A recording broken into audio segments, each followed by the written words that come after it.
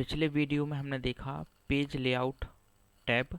उसमें page setup block हमारा चल रहा था, जिसमें मार्जिन, ओरिएंटेशन, साइज और कॉलम को हमने समझा। आज हम बात करेंगे जो हमने वहाँ छोड़ा हुआ था, बॉर्डर एंड शेडिंग का डायलॉग बॉक्स। पेज सेटअप हम समझ लिए थे पूरा का पूरा, मार्जिन, पेपर, लेआउट, ठीक है। आज बात करेंगे बॉर्डर की। ये देखिए नीचे ऑप्शन दिख रहा है बॉर्डर, इस पर क्लिक करने से खुलता है बॉर्डर एंड शेडिंग का डायलॉग बॉक्स। ये बहुत ही इंपॉर्टेंट होता है, एग्जाम वगैरह में बहुत पूछा जाता है। एक पेज सेटअप बहुत आता है, पूरा डायलॉग बॉक्स, और एक बॉर्डर एंड शेडिंग बहुत आता है, ठीक है। यहाँ पर हम 3 तरह की सेटिंग करेंगे। पहला रहेगा बॉर्डर्स ऑप्शन, जो केवल सिलेक्टेड पैराग्राफ के चारों तरफ बॉर्डर अप्लाई कराएगा। दूसरा रहेगा पेज बॉर्डर, जो कंप्लीट पेज के चारों तरफ बॉर्डर अप्लाई कराएगा। और अगला रहेगा शेडिंग, जो हमारा जो शेडिंग है किसी भी सिलेक्टेड टेक्स्ट के पीछे का कलर चेंज कराएगा, ठीक है। पहला ऑप्शन है हमारे पास बॉर्डर्स, है ना। बॉर्डर्स जो है सिलेक्टेड पैराग्राफ के ऊपर काम करेगा। अब पैराग्राफ को आप या तो ऐसे सिलेक्ट करके रख लो, या फिर आप उस पर क्लिक करके रख लीजिए, तब भी आपका पैराग्राफ सिलेक्टेड माना जाएगा। इतना करके वापस जाना है पेज सेटअप के डायलॉग बॉक्स में, वहीं से मिलेगा बॉर्डर एंड शेडिंग। बॉर्डर्स के अंतर्गत जाना है, नन है तो कुछ भी आपको बॉर्डर अप्लाई नहीं है, खाली है। बॉक्स लेना है, ये देखिए प्रीव्यू में देख पा रहे हैं आप, बॉक्स ले सकते हैं।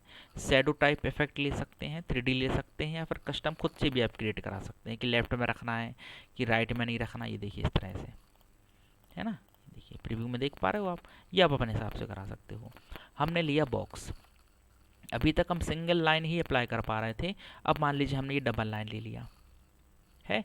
अभी इसका ब्लू कलर है, आप इसको चेंज करा लीजिए। हमने मान लीजिए इसको रेड करा दिया, है ना, इस तरह से। इसके बाद इसकी जो विड्थ है उसको हमने चेंज कराया, मान लीजिए ये वाला ही रहने देते हैं। अप्लाई टू पैराग्राफ रखेंगे और ओके बटन पर क्लिक करेंगे। देखिए टेक्स्ट के ऊपर हमारा जो बॉर्डर है वो अप्लाई हो गया, है ना। इसी तरह से हम सिलेक्टेड जो पेज है या फिर सारे पेजेस पर एक साथ भी अप्लाई करा सकते हैं। फिर से वापस कहाँ जाना है, page setup, border and shading, page border, हाँ। बॉक्स लेना तो बॉक्स लीजिए, शेडो इफेक्ट, सारी चीज़ें वही हैं, है ना। और इसमें आपको एक नई चीज़ मिल जाती है, चलिए पहले बॉक्स लगा के देख लेते हैं। इस हमने लिया ये वाला ऑप्शन, उसका कलर हमने रखा है ब्लू, ठीक। ये देखिए उसकी डेप्थ क्या रखनी है, मतलब डैशेस क्या रखने हैं, इसको डैशेस कहा जाता है। ये भी ले सकते हैं। ये देखिए अप्लाई हो गया पूरे पेज के चारों तरफ, देख पा रहे हो आप। ये पेज पर बॉर्डर अप्लाई करने के लिए होता है। अगर इसकी जगह हम चाहें तो आर्ट भी यूज़ कर सकते हैं, जो यहीं आपको नीचे मिल जाते हैं। आर्ट आप यूज़ करोगे, जैसे ये स्ट्रॉबेरी टाइप होते हैं, फायर होते हैं, आइसक्रीम हो गया, चॉकलेट हो गया, ट्री वगैरह हो गए, हार्ट शेप हो गया, जो आप मर्जी लेना चाहो वो ले सकते हैं। मान लीजिए हमने ये स्टार्स लिए, ये देखिए चारों तरफ स्टार्स अप्लाई हो गए और ओके करा दिया। ये देखिए आ गया, देख पा रहे हैं आप। ये हमारे पेज के चारों तरफ अप्लाई हो जाते हैं। आते कहाँ से हैं, बॉर्डर एंड शेडिंग से आते हैं। इसी में फिर आपको जो मिलता है, शेडो इफेक्ट भी ले सकते हो आप।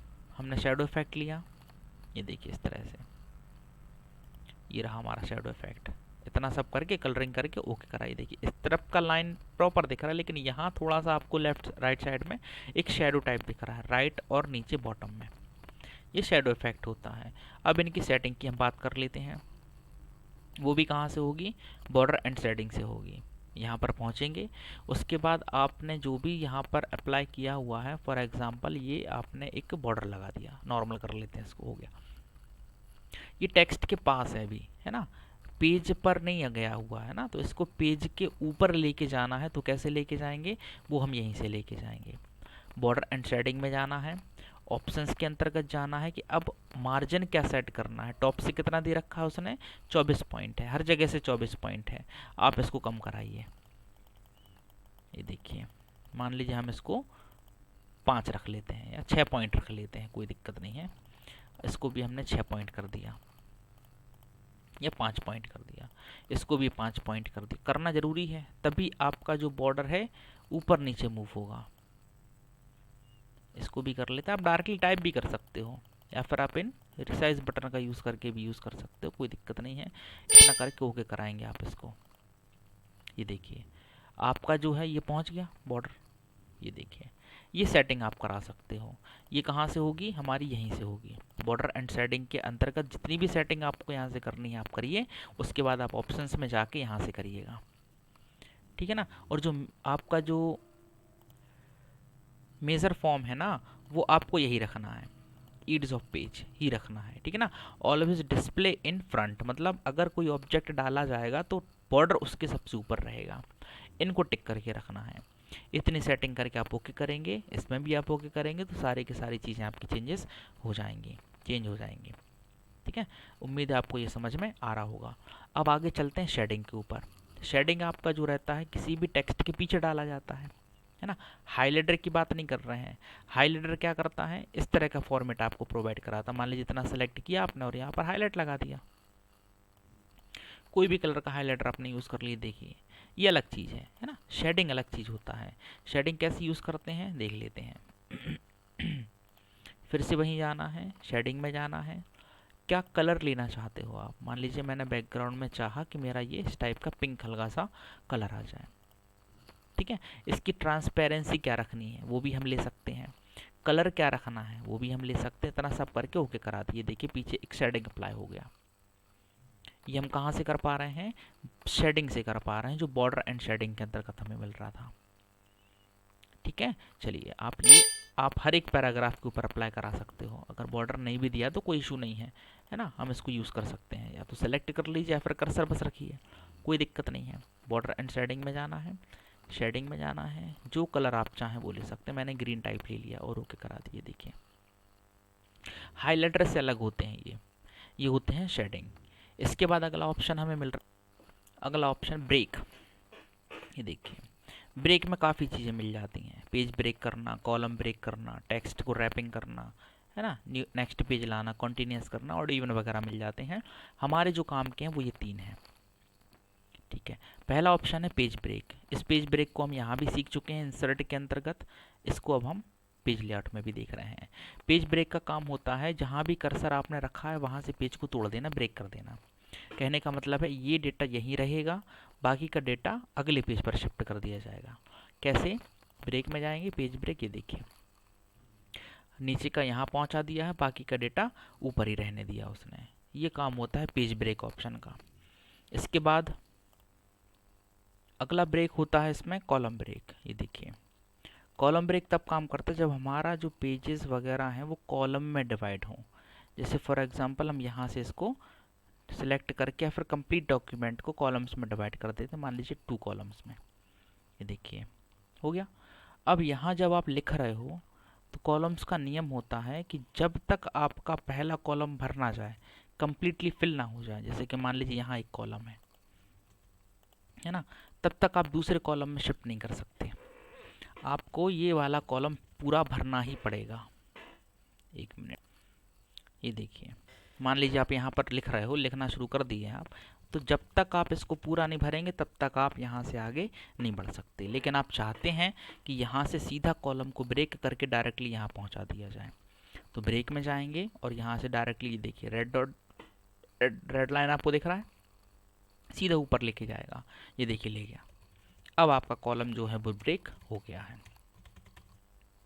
इसके बाद इसी में अगला ऑप्शन आपको मिलता है टेक्स्ट रैपिंग का। ये देखिए इसको हम आगे डिटेल में समझने वाले हैं। जो फोटो के साथ किसी या फिर किसी ऑब्जेक्ट के साथ काम करता है उसको हम लाते हैं और उसको अपने हिसाब से अरेंज करने का प्रयास करते हैं।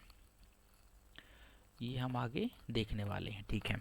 इसी में अगला ऑप्शन जो मिलता है वो है हमारा नेक्स्ट पेज। ये भी आपका पेज ब्रेक के जैसा ही होता है, कॉन्टीन्यूस होता है। जैसा मैंने अभी बताया था थोड़ी देर पहले आपको, ऐसे सेलेक्ट करके डॉक्यूमेंट को और फिर ऐसे आपको 2 कॉलम्स में डिवाइड करना है तो कर सकते हैं। ये कॉन्टीन्यूस कहलाता है कि यहाँ से पैराग्राफ शुरू हुआ है, यहाँ ख़त्म हुआ है, वो भी इसको अपन ने कॉलम्स में डिवाइड कर दिया है। ऑड इवन है ना, इवन टू इवन जंप करने के लिए, जैसे दूसरा खुला है पेज, दूसरे से सीधा चौथे पे जाना है, या फिर पहला खुला है तो उससे तीसरे पे आना है, तो ये ऑड इवन फंक्शन कहलाते हैं, ठीक है। इनका यूज़ भी आप यहाँ पर कर सकते हैं। अगला ऑप्शन दिया जाता है लाइन नंबर। जैसा मैंने कहा था हर एक लाइन को नंबर दे दिया जाता है सभी पूरे डॉक्यूमेंट में। ये देखिए मान लीजिए कॉन्टीन्यूस रखा 1 2 3 ये शुरू हो गया, या फिर यहाँ से कर्सर रखा आपने, यहाँ से इसको कॉन्टीन्यूस कर दिया। ये देखिए 18 के बाद 19, 20, 21 जितनी भी लाइन हमारी होंगी वो सारी की सारी उनको लाइन प्रोवाइड करा देगा, नंबर प्रोवाइड करा देगा।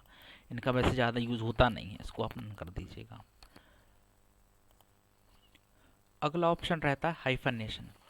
हाइफनेशन से यहाँ पर मतलब होता है कि अगर कोई शब्द है, मान लीजिए ये शब्द है, ये इस लाइन में पूरा नहीं शिफ्ट हो पा रहा है ना, एडजस्ट नहीं हो पा रहा है, तो इसी शब्द को अगली लाइन में शिफ्ट कर दिया जाता है और इनके बीच में ये इस तरह का डैश लगा दिया जाता है। ये देख पा रहे हो आप, ए लगा है, लिखा हुआ है, आगे डैश है, फिर BC लिखा हुआ है ना। तो ये जो डैश आपको शाइन दिख रहा है ना, इसको हाइफनेशन कहा जाता है।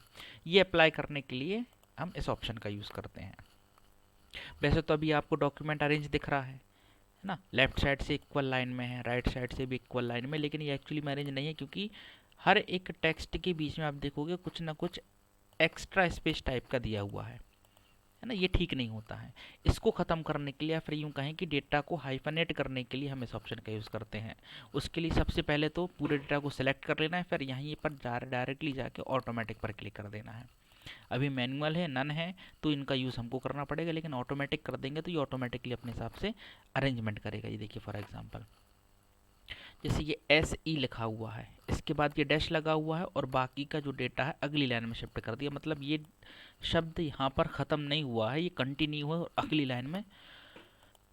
अगली लाइन में इसको शिफ्ट कर दिया है। देखिए SELECTED सिलेक्टेड शब्द बन रहा है।